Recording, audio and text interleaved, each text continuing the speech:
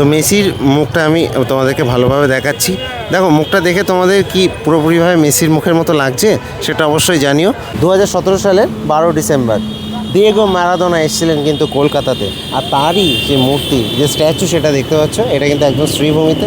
আর ঠিক এর পায়ে হাঁটা ডিস্টেন্স এই হচ্ছে সামনে লেক টাউনের ঘড়ি টাওয়ার, আর এখানটাতেই কিন্তু উন্মোচিত হতে চলেছে আজকে মেসি স্ট্যাচু। দিয়েগো ম্যারাডোনার বিদেহী আত্মার প্রতি শান্তি কামনা করে, যেহেতু তিনি এখন নেই আমাদের মাঝে, তো তার বিদেহী আত্মার শান্তি কামনা করে চলো এবার এগিয়ে যাব কিন্তু আমি মেসির স্ট্যাচু যেখানে উন্মোচিত হবে সেখানে। এই হচ্ছে ক্লক টাওয়ার, আর ঠিক এর পাশে এর অপোজিটেই কিন্তু এই হচ্ছে মেসি স্ট্যাচু, এবং সেটা কিন্তু 70 ফুটের। তো ঠিক ক্লক টাওয়ারের কিন্তু অপোজিটেই এখানে লিওনেল মেসির যে মূর্তি এই যে দেখতে পাচ্ছ, এবং এখানে প্রচুর লোকের জমায়েত। আমি কালকেই এসেছিলাম, সেখানে দেখাচ্ছিলাম মানুষের উন্মাদনা, আর এখানেও কিন্তু প্রচুর লোকজন। আমি যাচ্ছি তারাকে দেখাই, দূর থেকে একটু দেখাবো যে কতটা সুন্দর লাগছে। এই যে এরকমই কিন্তু লাগছে কিন্তু মুখখানা। এবার একটা কথা বলি যে অনেকেই বলবে যে মেসির মুখটা ঠিক মতো মেসির মতো হয়নি, কিন্তু আমার কাছে ঠিকঠাকই লাগছে। মানে খুব একটা একটু তো চেঞ্জ হয়েছে, মানে এক্স্যাক্ট মুখ তো আসেনি। অনেকেই বলছে যে ঋত্বিক রোশন, কেউ বলছে জো রুট, কিন্তু অতটাও না যেটা রাতের বেলা আর কি যে ছবিটা ভাইরাল হয়েছিল সেখানে দেখা যাচ্ছিলো। এই দিনের বেলাতে দেখাচ্ছি, দেখতে পাচ্ছ যে খুব একটা কিন্তু মানে পরিবর্তন নেই, অনেকটা মিল আছে আর কি। তো এই আর কি স্ট্যাচুটা। চলো এবার ভেতরের দিকে যাব। তো আমার পেছনে মেসির যে মনুমেন্ট অর্থাৎ যে স্ট্যাচুটা রয়েছে সেটা কিন্তু হাইট 70 ফুট, ঠিক আছে। মানে এটা এখন দাবি করা হচ্ছে বিশ্বের সবথেকে বড় মেসি মূর্তি, সেটা এখন কলকাতাতে। এবার দেখো মুখটা নিয়ে অনেকের আর কি কন্ট্রোভার্সি রয়েছে যে মুখটা ঠিকঠাক মতো আসেনি, সে কথার মধ্যে আমি যাচ্ছি না। এটা কলকাতার বুকে হয়েছে, এটাও আমাদের একটা কাইন্ড অফ গর্ব বলা যেতে পারে যে কলকাতাতে হয়েছে বিশ্বের সবথেকে বড় মেসি স্ট্যাচু।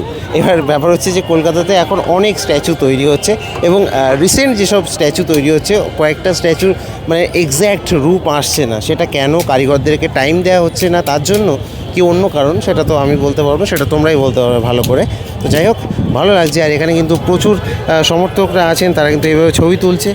আর এখনও এই যে দেখো সবারই কিন্তু পোজ একটাই, মেসি সেই আইকনিক পোজ, যে পোজের জন্যই কিন্তু মেসি ওয়ার্ল্ড ওয়াইড এতটা বিখ্যাত, এবং তার কর্মের জন্য তো অবশ্যই। এবং দেখতে পাচ্ছ কতটা সুন্দর লাগছে, অসাধারণ কিন্তু লাগবে যখন এই রোডটা দিয়ে তোমরা যাবে এই দিকটাতে, অর্থাৎ এয়ারপোর্টের দিকে যাবে বা এয়ারপোর্ট থেকে এই দিকে আসবে, তখন কিন্তু খুবই সুন্দর লাগবে দেখতে একদম। আর অনেকটা দূর থেকেও দেখা যাবে। তো যখনই লেক টাউন ক্রস করছো, অর্থাৎ যদি এয়ারপোর্টের দিক থেকে আসো একটু ডান দিকে তাকাবে তাহলেই হবে, আর যদি বিধাননগরের দিক থেকে আসো অর্থাৎ উল্টোডাঙ্গার দিক থেকে, তাহলে একটু বাঁ দিকে তাকাবে, তাহলেই দেখতে পাবে এই মনুমেন্টটাও। আসলে বাঙালিরা সবই পারে, মূর্তি বা স্থাপত্য তৈরির মাধ্যমে সারা বিশ্বকে তাদের কাছে নিয়ে আসতে পারে খুব ইজিলি।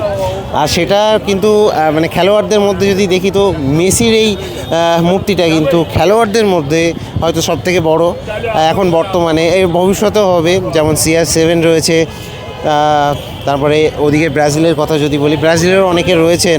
আমি এখন পার্টিকুলার কারোর নাম বলবো তো অন্যরা বলবে যে ইনি কেন না, ওই জন্য আমি নাম বলছি না।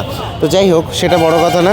বড় কথা হচ্ছে যে তোমরা ভবিষ্যতে এই কলকাতার বুকে আর কার কার মূর্তি অর্থাৎ এই স্ট্যাচু চাও সেটা একটু অবশ্যই জানিও। দেখো হাইটটা কিন্তু 70 ফুট। এবার দেখো এখানে যে মানুষজন দাঁড়িয়ে রয়েছে, তো এই যে লেখাটা, এই লেখার নিচে তাদের মাথা, বুঝতে পারছো। আর এইভাবে কিন্তু ওপরের দিকে যদি তুলি, 70 ফুট টোটাল হাইট, এবং মারাত্মক বড় লাগছে আর কি। নিচে থেকে যদি দাঁড়িয়ে দেখি তো মারাত্মক বড় লাগছে। এখানে দেখো এই যে দূর থেকে তোমাদের কিন্তু এরকমই লাগবে আর কি, দেখতে পাচ্ছ। আর এটা কিন্তু তৈরি করেছে মন্টি পাল।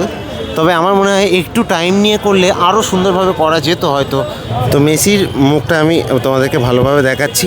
দেখো মুখটা দেখে তোমাদের কি পুরোপুরিভাবে মেসির মুখের মতো লাগছে সেটা অবশ্যই জানিও, কারণ অনেকেই আমি দেখছিলাম সোশ্যাল মিডিয়াতে বলছিল যে জো রুটের মতো লাগছে, কেউ বলছিল যে ঋত্বিক রোশনের মতো লাগছে, তো এরকম আর কি। তো মুখটা দেখে অবশ্যই জানিও যে এক্স্যাক্ট মেসির মতো লাগছে কিনা। আমার কাছে তো ঠিকঠাকই লাগছে মোটামুটি, কারণ তোমরা যেটা দেখছিলে আগে ছবিটা সেটা রাতের বেলার ছবি, এটা কিন্তু দিনের বেলা আর কি দেখাচ্ছি।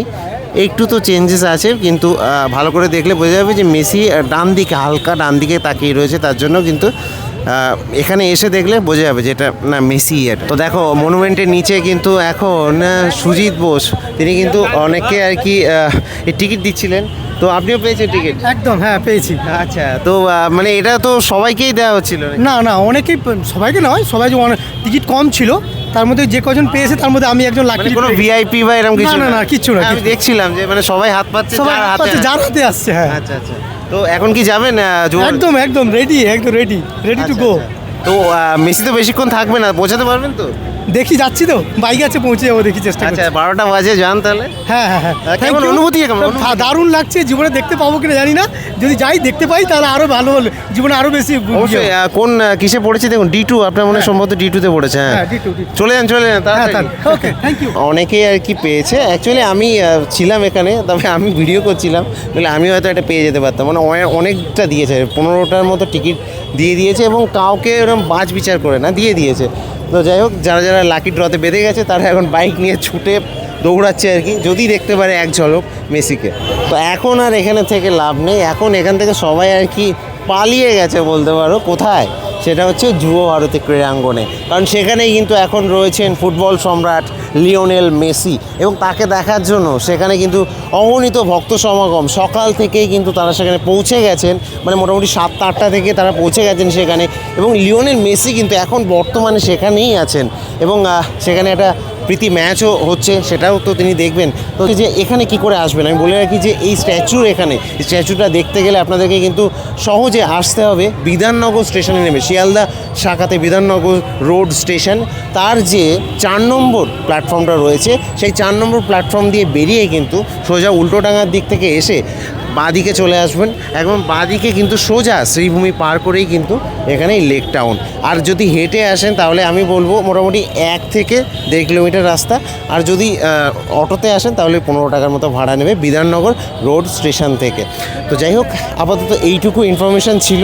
আর আমি কালকেও এসেছিলাম, আমি দেখিয়েছিলাম যে শুধু নেপাল থেকেও কিন্তু লোকজন এসছেন মেসিকে দেখার জন্য। আর শুধু নেপাল বলে না, বাংলাদেশেরও আমি ভক্ত দেখেছি, আর তার সাথে যদিও কথা হয়নি কালকে।